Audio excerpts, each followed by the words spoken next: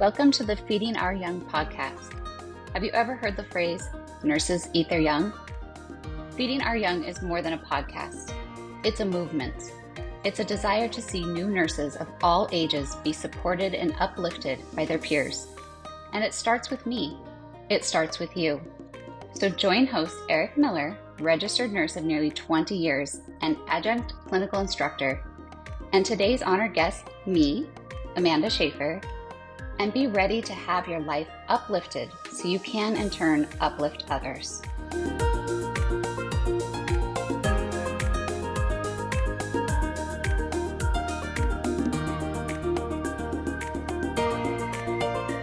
Welcome to the Feeding Our Young podcast.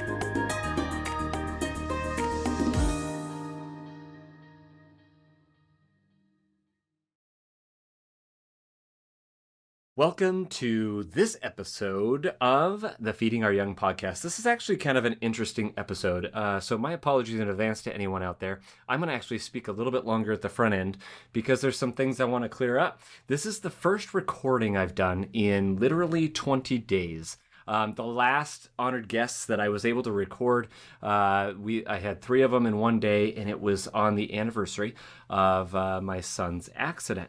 And it was a very special day, all the things. But I'm bringing this up. I don't like talking about myself on these episodes, but I'm going to bring it up because it's important. I have had some people like, man, how are you so positive all the time? Like, golly, you don't swear, you don't seem to ever have a bad day. And truth of the matter is that night we had a family crisis occur that has really thrown our family into a nice little tailspin. And I say it respectfully, we're where we are today, like it's, one day at a time and moving up and all the things and incrementally getting better. But it literally was like the third worst moment, like that, this period has been the third worst period of my wife and our family's life. And I tell you what, like my wife will be the first to tell you, I've got days that are not, I'm smiley guy at work typically and that sort of thing. But man, even a few days ago at work, I'm like, I just wasn't putting up with anything. I was like, you know what? We don't have time to mess around. Let's just get this done. So I'm throwing that out there, not as a woe was me or anything like that.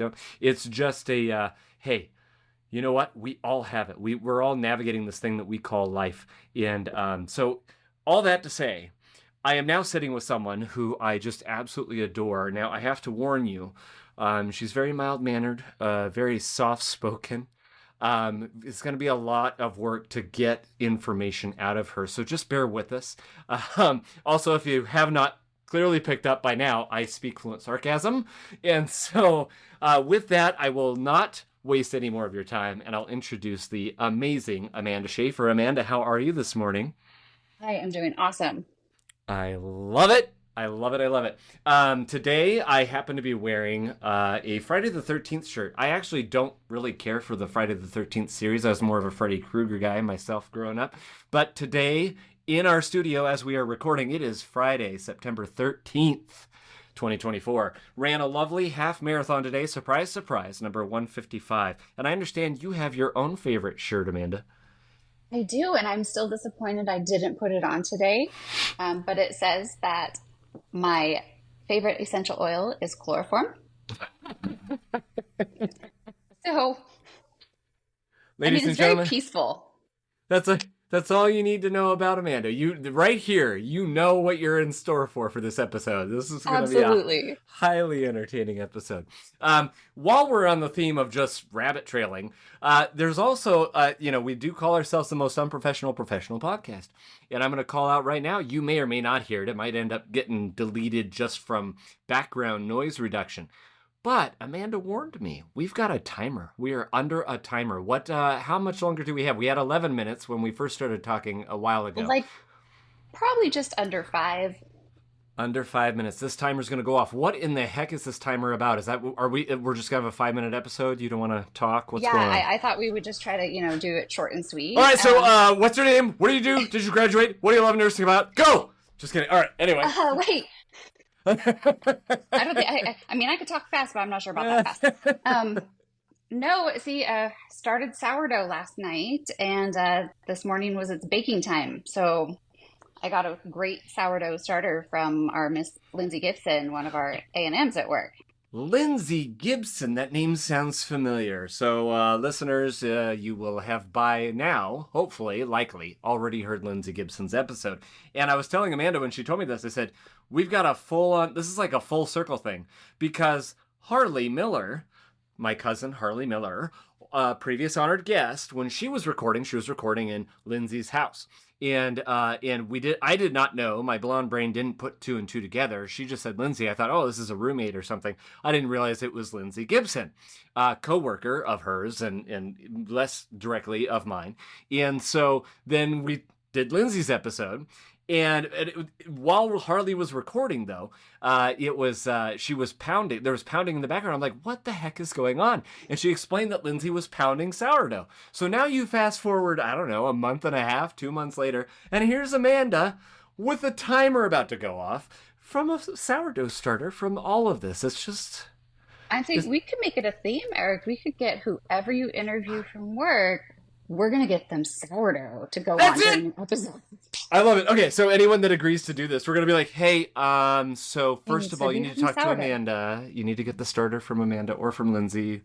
I doubt Harley's even baking sourdough. Not yet. She probably doesn't have time to focus that direction yet. She will. It'll be there. We'll like get her done. That's like a homemaker direction, and then she's still on the travel direction. Yeah, she is. Not enough time to dedicate to that. So I guess before your timer goes off, and I can't wait to hear what it sounds like. Like it's something super exotic. Now that we're done talking. It's just a beep.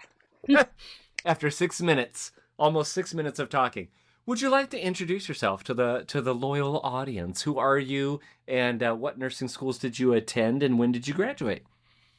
So I'm Amanda Shafer, and the nursing school that I went to was Wenatchee Valley College and Omak campus, so a very small community college, but it actually had one of the larger nursing programs for our area. And I did my associate's degree in nursing for that. I graduated that in 2005, which is pretty cool. Yeah. And I actually did not take my state boards until 2006. Okay, hold on. All right. No. You gotta unpack this. I saw that on your sheet. I'm like, we have to talk about this. A year after I graduated. And how? And what? How did you? Okay. Wow. That's the fun part. So, my RN year of nursing school, I found out I was pregnant with twins. And there's the timer. There's the timer. Ladies and gentlemen, we're must hold wait. That dramatic pause right there. Let me grab this. Mm-hmm. I don't know. You know, actually, I've talked about cutting this out. Maybe I'll just fill the air with needless words. She's got AirPods needless words. You actually could tell your story while you're prepping the sourdough stuff. I know. I'll have to just take it out there. There we go. Yeah, this is all. We're just gonna keep this in the episode. This will be fun. So, what size is your oven? Is this a natural gas oven? Is it an electric oven? What is going on? This actually is a gas oven. That's what I'm asking. It really is. It's a gas oven. You heard it here first, ladies and gentlemen. The Shafer family household has a gas oven. You know, in case the power goes out, I still have a way to light it, and I can still cook.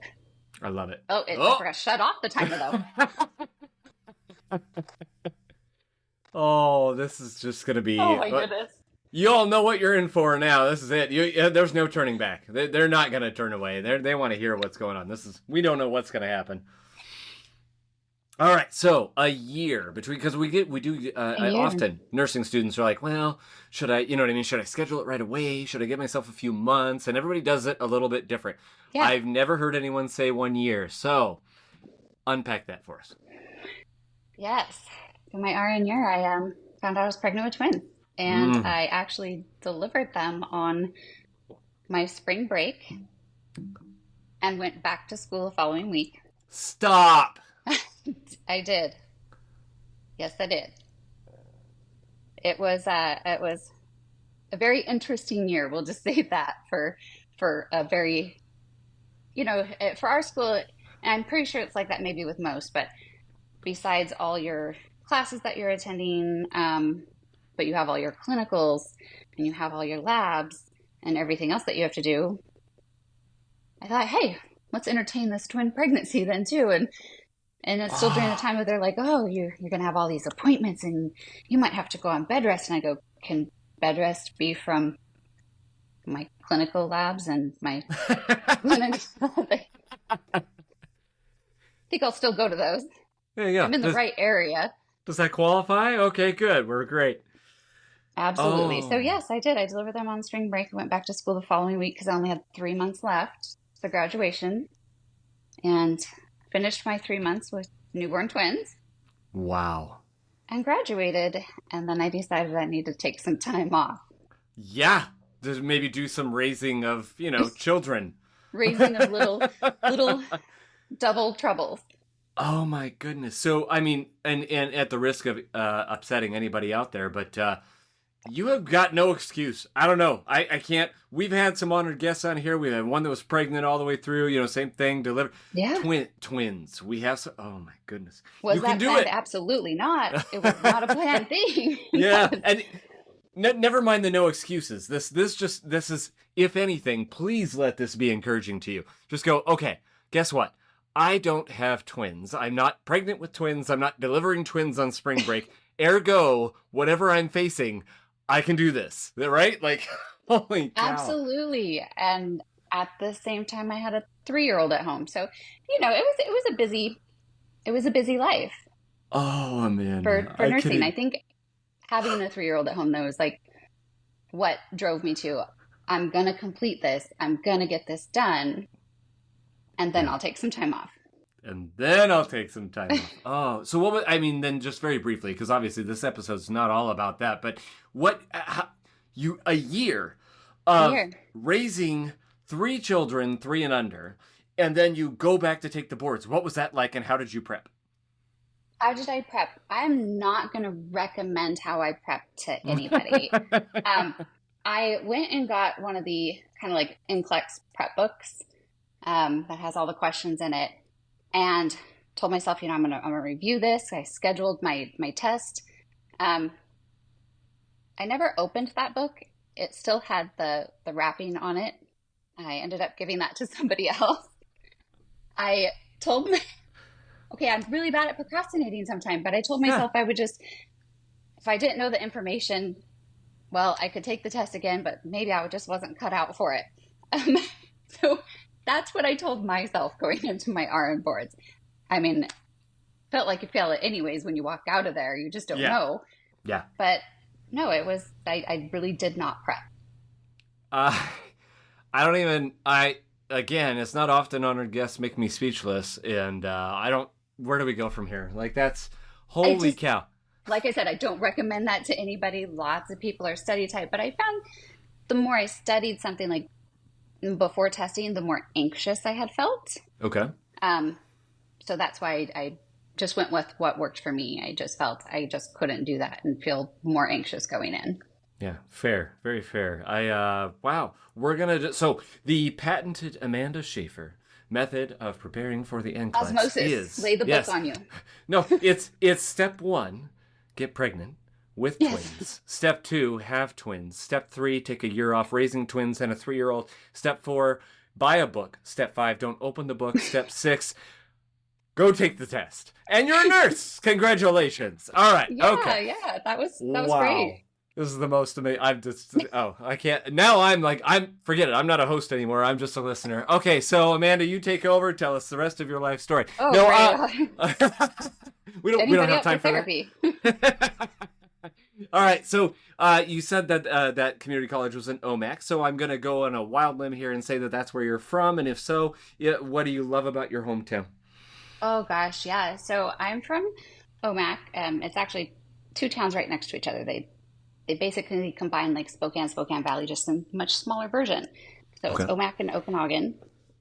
In Washington State. In Washington State, yeah. Mm-hmm. Literally 50 miles south of the Canadian border, direct center of the state. Woo. So it's a nice little line there, but it's a smaller area. It is growing a little bit, but I think we have 3 or 4 stoplights now. I mean, it's, Ooh. we've moved up in the world. We used to only have one, but Ooh. it's peaceful. I live in a beautiful spot with plenty of acreage to look outside and not have to run into a neighbor that's right next door or have an open window, worry about changing your clothes. It's a very relaxing country life. Good. Good. Wow, that's amazing. So, on that note, before we delve into more of your story and your life, what are the 3 words that you have chosen for nursing school? We'll talk about them at the end, of course, but what 3 words have you chosen? So the 3 words I chose was that I chose time consuming, manageable, and tiring. That makes me want to take a nap just hearing those words. So, all right, so we'll circle back around to those. And then in true Eric Miller fashion, going out of order, feeding our young. Let me back up for a second because you got your associate's degree. Is that what you still have? Did you go back for further education? I did go back. So when I started at Providence about almost 10 years ago, they required a BSN. Okay. Within a certain amount of time. So I did do that through Western Governors University because it was the only thing that could fit into my schedule, do it on your own time sort of setting. Yeah. And I figured originally I had plans to move past a BSN at some point. I don't think that much schooling's in it for me right now. Never say never. It's always Never maybe say there. never. Who knows? Yeah. Oh, that's awesome. Yeah, and for listeners who are like, "Oh, there it is again, another WGU advertisement." I swear, Right, I didn't no. know. I didn't know Amanda got her bachelor's from WGU, and so I just had to go for anything that I could do on my own time. That's all I could do. I was working full time. I have kids. Well, I was gonna say, did you have another pair of twins before you went back for your bachelor's? No. Instead, I had a singleton. See, so I mean, just go the Amanda route. Have kids and go back to school. Have kids, go to school. Just roll with life. Yeah, roll with life. That's your T-shirt right there. There's the Amanda episode T-shirt. Roll with life. Roll with life. It hands it to you. You go with it. Awesome. So one more question before we unpack the rest of, your personal life. We'll get really down in the nitty gritty. Just kidding. What are your 3 favorite songs in life at this time? Okay, so a lot for songs also for me is kind of like mood wise, how you're feeling at that time. But 3 of my most favorites that I usually like to go back to are "For You" by Matteo Bocelli. Oh. I really like it. It's kind of more on that love song side, but it's kind of really uplifting too. And I kind of like the classical sound that he has, similar to his dad's, Andrea Bocelli. I also like to listen to "Take Me Away" by New Medicine.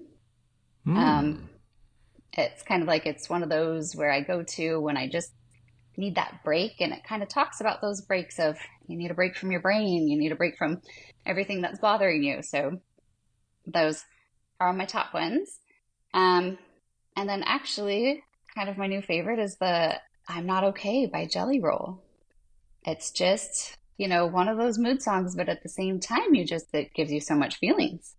Okay, that one, from the title, I'm like, this might be something we need to listen to sooner than later. So, not a huge Jelly Roll fan. For those that are like, I'm not either. Yeah, but you don't have to be. That's the thing. No, That's what I love about it's music. just once in a while you find a song that you're like, wow, I don't really care for this artist, but wow, this song's really powerful. It's really good. Yeah, you don't have to love the entire album. You can always find those gems. Yeah. All right, so tell us more about, you've just kind of opened this door about your family and this, all your kids and that sort of thing. So talk to us. Do you have a significant other? How many kids altogether do you have? How old are they? All the things, whatever you want to share about your family. All right. So, I do have a significant other.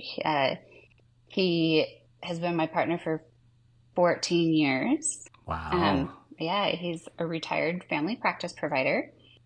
We share our youngest together. That's our child together, who just turned 11 today. 11. Oh my gosh. 11. Fun age. Wait, today? Today. September He was born 13th. on a Friday the 13th, and today is his 11th birthday on Friday the 13th. I love this stuff. He The loves serendipity of it all. Oh my gosh, that's amazing. And his favorite holiday is Halloween. Great. You know what? He can have this shirt once this is washed. I'm serious because I don't know. I'm not, like I said, I'm not a Friday the 13th fan. I'll just bring it to work. How does that sound? Oh, you should see the amount of sarcastic shirts he has for other things. He's awesome. Definitely my child. I have 3 older children. My oldest is 24 years old. Awesome kid. I also had all boys. My middle 2 twins that we talked about, they are 19. Working. That's what my kids do. And yeah. So only have 1 left in the house. And my partner, he has a daughter that's still in school. So she's here part-time too. She's 17 and goes to school here locally and plays a lot of sports. So kind of like my oldest obviously don't live here. So they don't live in the house. They're all grown-ups. They're, they're above the age of 18. They're moving on to their lives. That's awesome. I've got 2 that are 18 plus myself, but they have not moved on yet, and nor will they for a little bit. That's okay. That's all right. Like the missus is like, no, like you guys can stay. I want to keep them all. Exactly. That's what my wife is saying. I was like, no, babe. As soon as they turn 18, you're out the door. Yeah. No, I'm like, why don't you answer me back?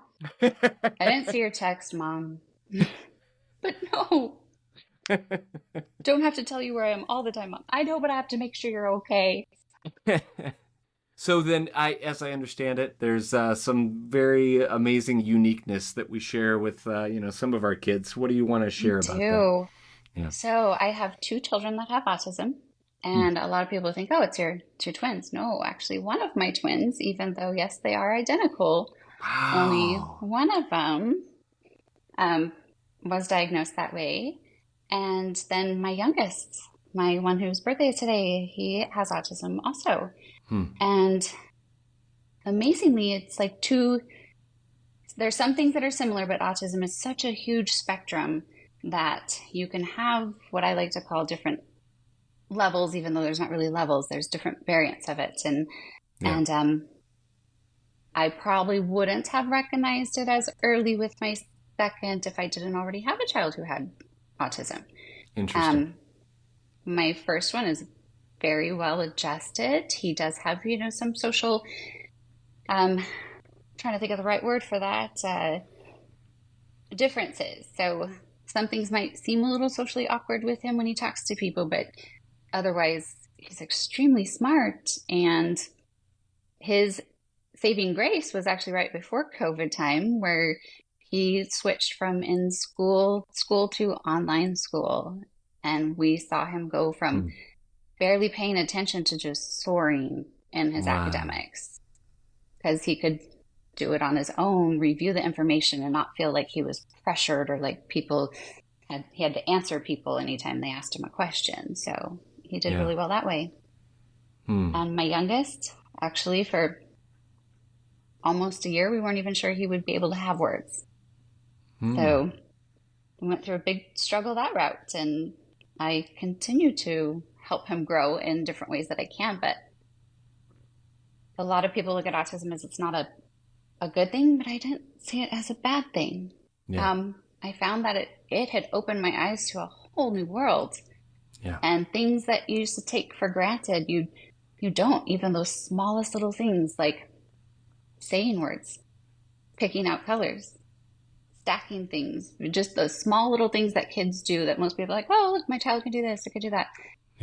Those were like big things in our world. Those were like so exciting. And we have that discussion in our home, and as you have raised autistic children who are getting older and becoming adults and all the things. And so, as the moment where, our son would sit off on a table at the cafeteria, and eat on his own. And part of that was due to allergies, but most of it was due to the autism. He had one best friend, and, and it would break my wife's heart. It would break my heart to a certain extent too. But we also, I had to remind her, I was like, he is blissfully unaware. He doesn't care. It doesn't bother him. It bothers us. It bothers us because we're used to those normals, as we call Yes. them, those Yes. social normals that this is what you do. But a lot of these children, they actually feel more comfortable alone, or they feel more comfortable in not big crowds. They feel better in those ways, and that's how they prefer. So it may make us look, sad or feel bad for them, but it all sees how actually they feel better that way. Yeah. Oh, you're gonna I'm like, I know. we're not even talking about nursing, and we're both don't like, make me cry. Well, and it has its struggles. They do have their struggles. And that's exactly what I wanted to say. You made me think of the fact that, it's like what we kind of preach is, you know what? To each of our kids, we're like, life is challenging. Period. Yeah. It's challenging for me. It's challenging for my wife. It's challenging for all of you. Life and some days absolutely suck, and others are amazing, and, all the things. Life is going to be challenging. So for our son, I straight up tell him, I'm like, here's part of what makes life challenging for you on occasion. Because now that he's older and he's like, well, I want to find a partner. I wish I could, you know what I mean? Right. But he's also, so it's like, okay, so this is an extra layer of challenge, or it's just a different challenge than I had to face growing up, or that somebody else. So it's like, it doesn't make it, going back to your original point, it doesn't make it worse. It's just different. And so, no, okay, we're this entire. Nope. I mean, we could do a whole. Go ahead. Yeah, I was gonna say this whole episode is gonna be about autism. But what were you gonna say? You're. Go ahead. No, I'm just saying it was like that, and as they get older, there's different challenges. So I have one that's an adult. Well, being an adult is a challenge on its own. Finding employment, that's a challenge on its own. Doing interviews with people to get employment, that is a challenge. So I encourage him not to really hide his diagnosis. I told him, you should put that on your application. You need to say, hey, this is me. This is what I'm really good at. But it also might seem like I may not answer you right away, or I may not answer something correctly because I'm understanding it a different way. Yeah. But he's also really good about telling people he's teachable. He's very teachable. You show him how to do something. Once he figures it out, he'll do it very well. And then I'm going to do it with the youngest. I'm fight with a school for 5 years to get appropriate services. Yeah. Yeah. Well, I imagine especially attending school in a smaller community. Yes. So less resources available. Yeah. Right. Exactly. And kind of helping them understand that autism isn't just a behavior thing. Behavior can be a reaction. Yeah. But it's more than that. So I did a lot fighting in school for him in order to get him services that he needs. And I'm hoping that this is our best year yet. Amazing. And it will be. You know what I mean? In some way, in different regards. Is it in all regards? I don't know. That's the part that but there's always something. Like, this is going to be amazing for some reason, and we're going to find out why. No, and I appreciate you opening the door to that. For listeners, like, obviously, this is a podcast about, encouraging you, uplifting you, and empowering nursing students and all the things. So I guarantee right now there's nursing students that are like either on the spectrum, or they are related to someone on the spectrum, or they know someone on the spectrum. And so, like, if you are one of those few that have not met anybody or are close with anybody that are on the spectrum, please just listen to us. Because I guarantee, especially as time goes on, because there's more and more children with it, there's all that, there's all the reasons why, and this, that, the environment. There's nature versus nurture. And so you just heard here, nature, twins. One's autistic, one's not. Fascinating. So, you know what I mean? And raised by the same parents, whatever, over the course of... we don't have answers. Same exposure. One's a social butterfly, and the other one is like, no. Thanks. I talk to my friends online. Yep. Yes. Okay. Great. That works for you. That's fantastic. That works. It works. So please, listeners, take that away, because you're going to have patients that are on the spectrum and everything else. Just, be ready, and I think the big takeaway from that too, yes, is that no matter whether you have a patient who's on the spectrum, whether you're on the spectrum, no matter who you're interacting with, they've got their own struggles, whatever that may be. Maybe it's anxiety, crippling anxiety that they are masking or that it is being taken care of because of medications. Maybe they're on the spectrum. Maybe they have other mental health issues. Maybe they have XYZ. Maybe somebody died, that we don't, that's Right. impacted them and continues. They're still walking through grief X number of hours, weeks, years later. Be ready and have that compassionate care, like you said. There, big lesson number one. Yeah, absolutely. We've got some stuff to talk about. I'm excited for what's coming up. So I hate to get anything else you want to share about your family or about that particular subject at all before we move on. That's just my close immediate family that I have. It's a blended and I love it and I enjoy it. Any healthcare workers in your family besides the previously established retired provider that is your significant other? Really just, my brother does volunteer EMT stuff in his local little town, but otherwise there's really not much for healthcare workers in my family. Interesting. I went outside that norm, I developed myself. Yeah, you and me both, friend, because that was not, I grew up wanting to be a doctor, all the things, and so grateful I did not become one. No offense to all our lovely providers. That's not me. And, but long story short, nobody in my family. There's no nurses, no this, that, the other. My dad was a teacher. My sister followed in his footsteps, became a teacher. My mom did a number of jobs. She was amazing. Like, all the things. Like, my wife's grandmother is a nurse. But didn't know her growing up, so there was no influence there as far as that's concerned.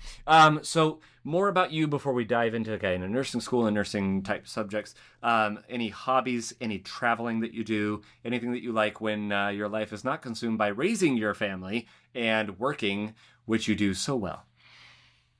Well, my hobbies, the things that I like probably the most are being home. Amen. Hallelujah. Preaching to the choir. We have a lot to do at home. Is that considered a hobby? Yeah, right. So I like things like hiking, backpacking. I'm not a runner. I can't run. We can't all be perfect, Amanda. It's okay. Right. So yeah, mostly it really is. It's hiking, running, or not running. Sorry. Hiking, traveling. I do like to travel. I do have a good hobby that is probably not your socially acceptable hobby, but barrel tasting wine and ordering those wines. Yeah. But learning about them and their different flavors and what makes them how they are. So I do have that. We do have a cellar. We have a few wine fridges. We have things that we put those collections in. But awesome. Those are mostly mine. I was going to say, you have a lot of things to do at home. What does that mean?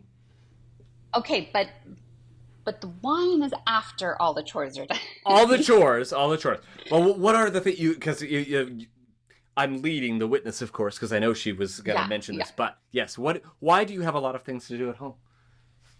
Oh, well, so I live on about 48 acres. We have a couple cows, some horses, 3 dogs, and then kids. So the upkeep of that property takes a lot. And luckily, I work full time, but my significant other, he has to do a lot of that outside work, outside fixing things just to keep the area going.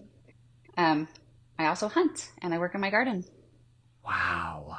So my food comes from around me and most of the time. Awesome. Yeah, not mine. Mine comes from, prepackaged at the store. It's awful. There's some bad habits that I've shed from my youth, and there are others that I've just accepted they're going to be with me till the day I die. And having rice-a-roni and hamburger helper is going to be one of them. Yeah. Those were childhood foods for me. Yeah, Yeah, and you shed that. So congratulations.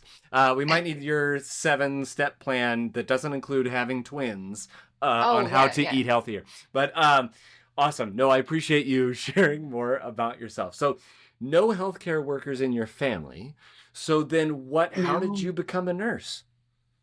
So it was actually, I've always, just from a young age, kind of was really good about taking care of people. I would help take care of my sister. I would, as I got older, I would babysit, those sort of things. I was always caring for somebody. But when I was an adult, I was pregnant with my first child and going to my OB appointments, my doctor's MA, actually. And I'll only say her first name here, Charlene, and she still works. Yeah, yeah. But I just remember every time I went in for appointments, or even when I wasn't in for appointments, when I brought my child in, that she was actually just really inspiring. Just the way she would listen to people, care about them. And she was just an office MA, and that was wonderful. And it just kind of inspired me that maybe I should do nursing. I like to care for people. I like how she shows that she cares for people and that she's there to listen to them. So I applied to nursing school. And yeah, nursing school was a lot harder to get into than though, at least in our area. Yeah, I bet. There's not you a lot. Sat Probably outside not a an lot. Armory at 3:00 in the morning with your application and sleeping bags and a line of people, and it was first come, first qualified. And when those doors opened at 8, they time stamped your application. Holy cow! Yes. Yeah. Wow. That line would start forming at 3:00 in the morning of the day that they would accept applications. Oh my goodness. I mean, and again, there it is, everybody. There's your, you know what I mean? Like, everyone has such a unique story. That's what I love about this job, is that everyone has a unique story about how they got into the field. Right, yeah. And it's since changed. I mean, you can just turn in an application. Yes, but Didn't still have to sit challenging. outside a door anymore. Yeah, different challenges now, but definitely because there's students that are like, man, you got to have this, X, Y, Z, all the things. Like, there's just, I think the common theme is there's never enough schools /slots /educators otherwise I feel like a nursing crisis would not be a thing. Yeah, and they wouldn't have to be like, well, I didn't get into nursing school this round. I have to put in my application again. And a lot of those nursing schools still do that, first qualified, how much have you gotten done in order to get that application in there? Yeah. And there are only so many slots. Yeah. And there's the takeaway from that just popped into my brain. I mean, we probably have mentioned it before, but for those of you nursing students that are listening, you've already come so far. You didn't have to sit outside an armory, more than likely, but you had to come far to get where you are, and then you get into it, and you're like, wait, what did I get myself into? Maybe. But other than that, it's okay. The point is, you've already made it so far, you're going to make it all the way, so don't forget about that. I think it also helps you prepare for your actual nursing career. We're going to make you tired. We're going to help you learn. We're going to see how much you can cram in a certain amount of time. We're going to teach you how to catheterize people so you can catheterize yourself so that you can just continue to do your job. Oh my gosh. Awesome. So any other heroes in your life? Oh gosh, yes. My mom, actually. So my mom was a single parent of myself and my brother, and then my young little baby sister at that time, going to school. And she was getting her teaching degree. And I did not know until actually that I was about in high school, that during that time when we were really young, that my mom was very poor. Very, very poor. Never seemed like that when we were kids at all. She made everything seem so fun growing up that we just never realized it. Not at all.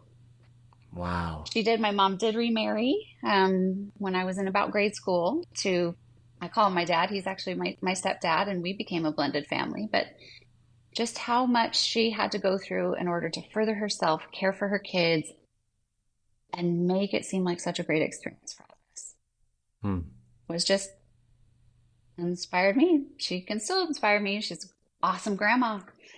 Takes care of her baseball team size grandchildren at the moment. So no shortage. I don't want to be a grandma yet. I'm going to put that out there. But So any of Amanda's children that happen to listen to this, grown children, please don't. We're not ready yet. They know. Oh, I love it. I love it. Well, so I mean, I'm looking at the clock here, and there's so much to talk about, so much to unpack still. Let me before we've kind of already prepped you on this. Amanda's gonna become a double episode thing here, but I love the challenge of being a host on this thing because then I go, let's see, what do I add on this? Like, let's in the first episode, like the brain is always trying to turn 5, 6, 7 steps ahead of where we are right now, Right. and so it's just a peek behind the curtain for everybody. This is so much fun, and so So do we call that ADHD or multitasking? Which one is it? yes. I'm just checking. It's not or it's and. I don't like I said, we got the two-part brain.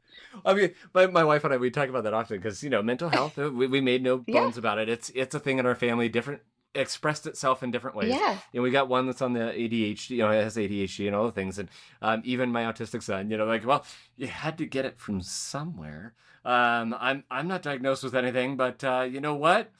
When you start looking at it, you're like, wait a second. Hold on. That might be from me. Can I go into the appointment with you? Is that okay? And I'll fill out a second. Can I have a copy of that questionnaire, please? Just fill out the rest of it. No. So before we jump into a second episode, and you guys do not want to miss that second episode. I mean, hopefully, obviously, we've clearly established the character that Amanda is, the mild-mannered, mousy, very, very quiet character that Amanda is.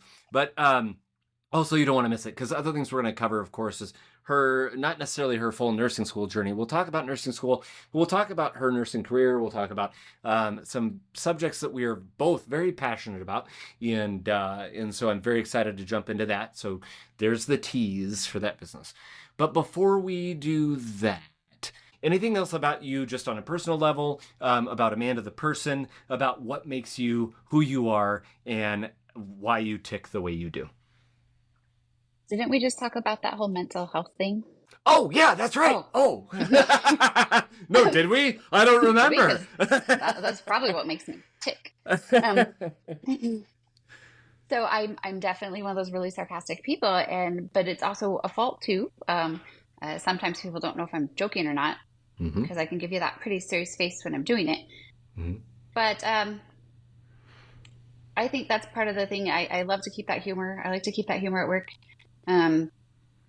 I love to have fun with the people that I work with, and I love to care for my patients that I work with too.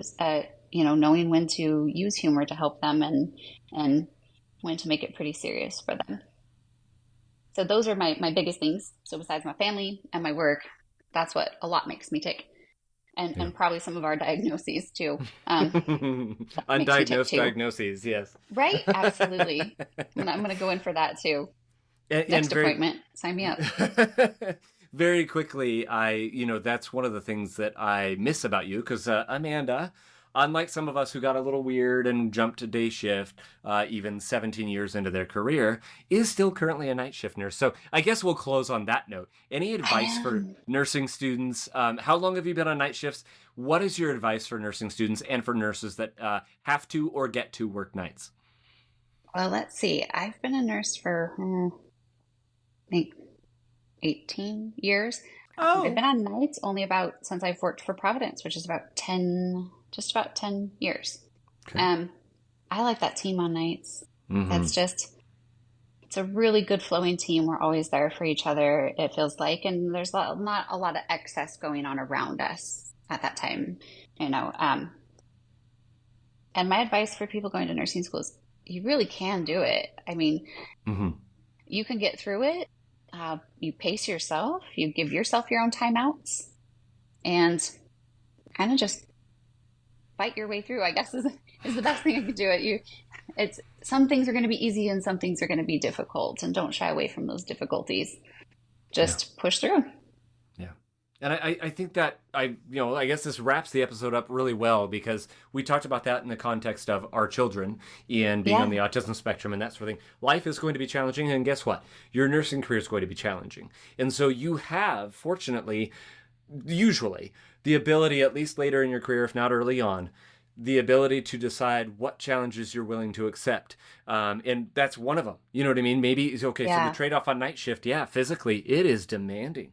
But on the flip side, you don't have all the bodies around. You don't have all the extra, ancillary I don't even like calling it ancillary because it's, Yeah, there's it's just so much you have cooperative a care. bunch of excess stuff around you going on. Yeah, and maybe, whatever that looks like for you. And so I make no bones about it. It's not like I jumped to days and now poo-poo nights. Like, that's not my thing. I will always be a night shifter at heart.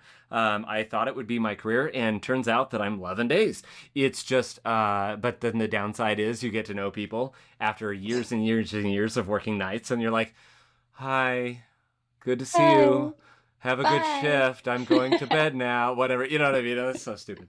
All right. So we've already established it. Don't miss the second episode. You don't want to miss the fun stuff we got to unpack for you.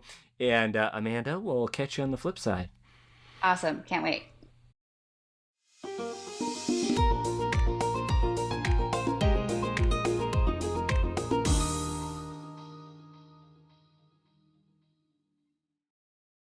Here's what's happening on the next episode of Feeding Our Young. So we are working with people, and these people, you need consent from them to do things with them. You need consent from them to touch them. You need consent from them to give them medications. There's so much involved in consent. But the reason I'm so passionate about this is even me doing this for 18 and a half years, there are times I forgot to ask those most important questions. Mm-hmm. And then there are times that it's reminding other people to ask those most important questions. And my biggest one is you can't just assume that because a patient is there, that everything you do with them, they're just expecting, or they could be expecting, but you still need their permission to do it.